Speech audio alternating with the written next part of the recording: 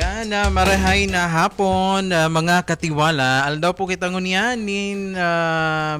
tama ba? Webes, yan, Webes.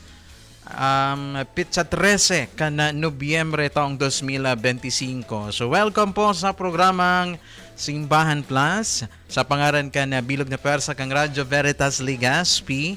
Yan, sa lado technical yaon po si katiwalang Mike Resco sa newsroom, katiwalang Susan Balane, Dens Alta. And of course, ako po ang sa indong makakaibanan sa programa, katiwalang Ray Sibiliano. So mag-iribanan po kita, sundo alas 3 nin pagkahapon, digdi po sa satuyang programa. So marahay na hapon sa mga katiwala, naghihinanyog ngunyan sa paagi kan sa indang mga radyo sa 1008 kHz kang Radyo Veritas Legazpi. And of course, sa mga nagdadalan man kan sa tuyang live stream sa Radyo Veritas Legazpi Facebook page. Yan, i-like, i-share, i-follow yan mga katiwala. Again, Radyo Veritas Legazpi yan sa muyang Facebook. Tanganing po maging updated kamo kan mga ganap as in programa kang Radyo Veritas Legazpi. So madadalan man kita sa DCTV Channel 2, dyan po sa Radyo Veritas TV. Yan, sa may mga magayon ini ihilingon sa mga flat screen TV, So para po mailingin doon sa inyong mga katiwala anchors, mga katiwala personality, digdi po sa Radyo Veritas Legazpi. Sa mga gusto pong magpahatod din mensahe, reaksyon, opinion, pagbati sa satuyang programa, bukas man ang satuyang text line sa Smart 0998-261-2497. Again, 0998-261-2497. Sa Globe, 0915-353-4732. So, yan po ang samuyang mga linya kan komunikasyon and of course platforms para po maging connected kamo sa Radyo Veritas Legazpi. So sa Giraray, marahay na hapon, so medyo mainit. Medyo mainit talaga sa tuyang panahon ngunyan na pagkaaldaw. So ingat-ingat po sa gabos na may mga kalakawan ngunyan. Magdara po kamo ning payong, pasiguro po kamo and keep yourself hydrated. So kakahali pa lang kang bagyong uwan. So sa ngunyan mainit na naman mga katiwala. So yan, ingat-ingat and of course sa mga mga drivers on the road. Yan, ingat-ingat kamo mga katiwala. Lalong-lalo na sa may mga pasahero diyan. So ingat po kamo sa biyahe and sa may mga kumpleanyo ngunyan na pagkaaldaw. So happy birthday po sa gabos. Special mention ta si Reverend Father Pedro Balde Jr. as will panini salt. Yan, correct me if I'm wrong mga katiwala. Kumaga kita new learnings ini sa kuya nganyan and very grateful din kita na nakatukaw kita digdi sa programang Baretang Simbahan Plus. And sa iba pang may mga birthday ngunyan, happy birthday, And of course, sa may mga okasyon ngunyan, mautkon sa indong kaugmaan asin kaligtasan mga katiwala. So digdi po sa programang Baretang Simbahan Plus, of course, magatod ako sa indo ni mga bareta, may kinaaraman sa simbahan, mapalokal, national, international. And if given a chance, of course, magkakaigwa man kita syempre ni mga interviews from churches digdi po sa tuya sa around localities para po maging updated kamo kang mga happenings po kan sa tuyang simbahan. So anyway, mga katiwala, so digdi na kita sa mga nagkaperang bareta, inutunta na ang headlines. Mga paratubod, pigsadol na makisumaro sa Red Wednesday. Manlain-lain na diocese, parokya as in Catholic institutions bibisitahon kan pilgrim relic ni San Carlo Acutis. Lakop na katiwalian nagdudulot ni na matinding hagyat sa buhay kan tao asin kapalibutan. Parokya sa Manila nakatalaan ideklarar bilang minor basilika. Anak OFW Formation Program mas pinahiwas. Archbishop Coakley na ilihir bilang bagong presidente kang US Bishops Conference. So yan po ang headlines kana mga bareta. So aramon ta na po ang detalyes kana mga bareta. Syempre nangapudan ang Archdiocese of Manila sa gabos na mga parokya, eskwelahan, banwaan asin institusyong katoliko na makisumaro sa pagselebrar kang Red Wednesday 2025 na siyang inisyatibo kan Pontifical Foundation na Aid to the Church in Need o CAN sa maabot na Nobyembre 26 taon 2025. Sa iniluwas na surat, circular ni Archdiocese of Manila Chancellor Reverend Father Carmelo P. Arada Jr., pighagyat kaini ang mga padi, rektor, direktor kang eskwelahan, asin mga chaplain na isilibrar ang Red Wednesday ngunya na taon bilang pakikisumaro asin pangadji. Pigsadulman ang pagbugtak ni na dekorasyong pula o pagpapaliwanag nin kulay pula sa mga simbahan, eskwelahan asin edipisyong katoliko bilang pagrumdom sa dugo ni Kristo asin sa mga martir na nag-alay kan sa indang buhay para sa pagtubod.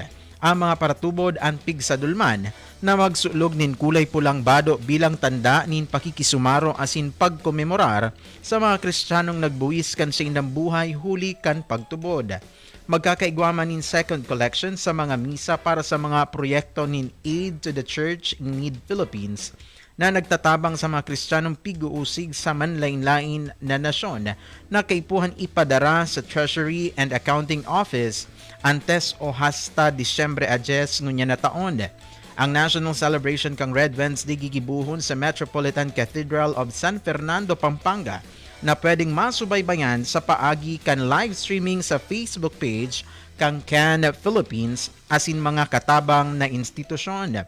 Napiling tema kang Red Wednesday campaign ngunya na taon ang Living Hope Amid Suffering o buhay nin pag-asa sa tahaw kan pagsakit na may katuyuhan na palakupon ang pag-asa para sa mga Kristiyanong nakaka-eksperyensya nin pag-uusig sa manlain-lain na parte kang kinaban. Ang Red Wednesday ang sarong prayer campaign na may obhetong pahiwason ang kamalayan kan mga Filipino sa pangharas na pigdadanas kan mga Kristiyano. Marurumduman kang Enero taong 2020 kan aprubaran kan Catholic Bishops Conference of the Philippines ang institutionalization kan Red Wednesday campaign kang Aid to the Church in Need o ang formal na pagbugtak kang Red Wednesday bilang taunang selebrasyon kan simbahan sa bilog na nasyon tuyong Miyerkules pagkatapos kang kapistahan kang Christ the King.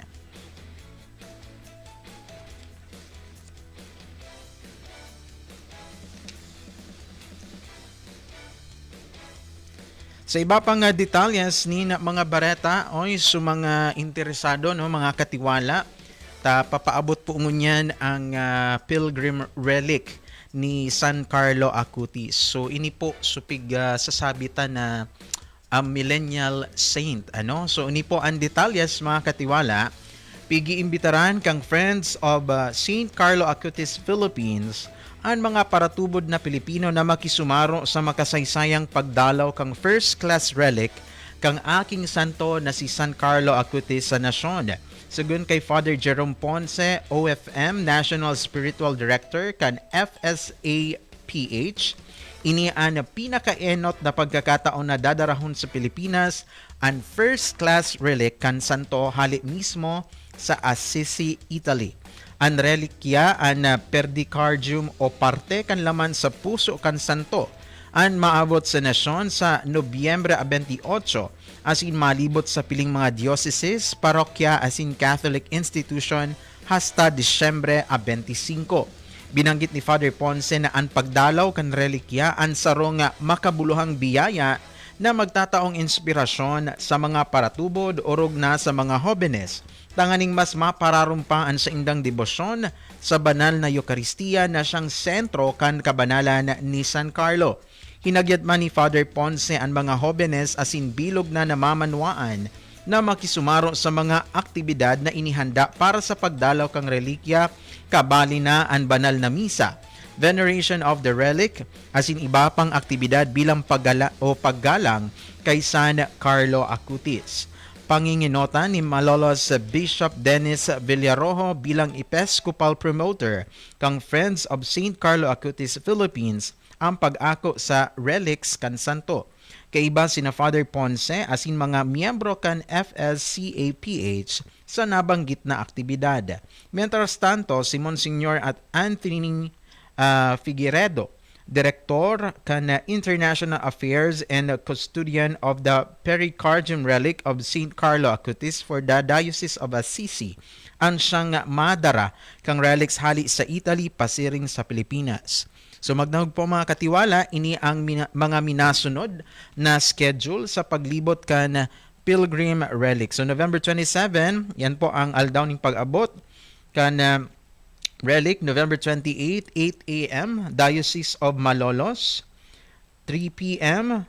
Diocese of Caloocan. November 29, 8 a.m. Minor Basilica of San Sebastian, Archdiocese Manila. 2 p.m. Diocese of Novaliches. November 30, 8 a.m. Diocese of Tarlac. December 1, 8 a.m. Diocese of San Pablo. December 2, 8 a.m. Diocese of Pasig. December 3, 9 a.m. Our Lady of Lourdes Parish, Lawag City, Ilocos Norte.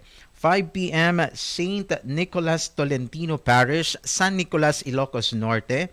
December 4, 9 a.m. Diocese of Lawag, St. William's Cathedral.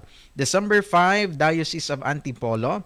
2 p.m. Our Lady of Abandoned Mandaluyong. December 6, 8 a.m. Diocese of Parañaque. 2 p.m. Menor Basilica and Metropolitan Cathedral of the Immaculate Conception. December 7, 2 p.m. Immaculate Heart of Mary Parish. December 8, 8 a.m. Diocese of Balanga, National Shrine of Parish of St. John Paul II, Roman Superhighway, Barangay Culis, Hermosa, Bataan. 2 p.m. Diocese of Iba. December 9, 8 a.m. Diocese of Alaminos. 2 p.m. Archdiocese of Lingayen, Dagupan. December 10, 8 a.m. Diocese of Malolos. 2 p.m. Diocese of Parañaque. December 11, 9 a.m. Parish and National Shrine of St. Padre Pio. December 12, 8 a.m. St. Carlo Acutis Proposed Parish, Bawan, Batangas. 4 p.m. Santo Domingo Church National Shrine of Our Lady of the Holy Rosary of La Naval de Manila. December 13, 8 a.m. Diocese of San Jose.